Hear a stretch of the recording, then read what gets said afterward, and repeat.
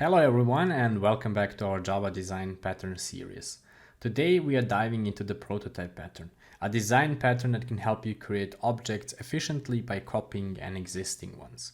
The prototype pattern is a creational design pattern used in Java and also other object-oriented programming languages. It is one of the Gang of Four design patterns, and it is used to create new objects by copying an existing object, also known as a prototype, rather than creating them from scratch. This can be useful when the cost of creating an object is more expensive or more complex than simply copying an existing instance. So let's start by understanding the key concepts of the prototype pattern. First, we have the prototype interface.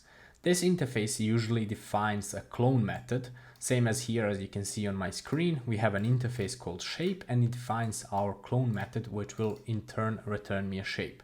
In addition, we have a method to draw this shape.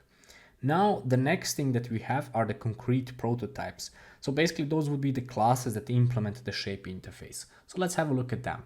We have two of them. We have a rectangle and we have a circle. So our rectangle class has two properties, width and height. In addition, it has a constructor that can be used to build this object, and it also implements the shape interface, so our prototype interface. And by implementing this interface, we have to implement the two methods that were mentioned previously. Our method that we are interested in is the clone one, where we are basically just creating a new instance of this rectangle.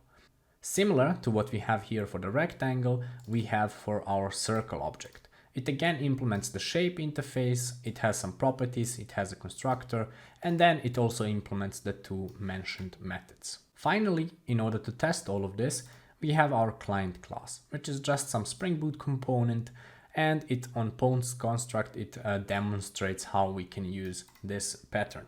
Here we can see that we have created a prototype circle and rectangle, and then by cloning these prototypes, we have efficiently created new shapes with the same properties.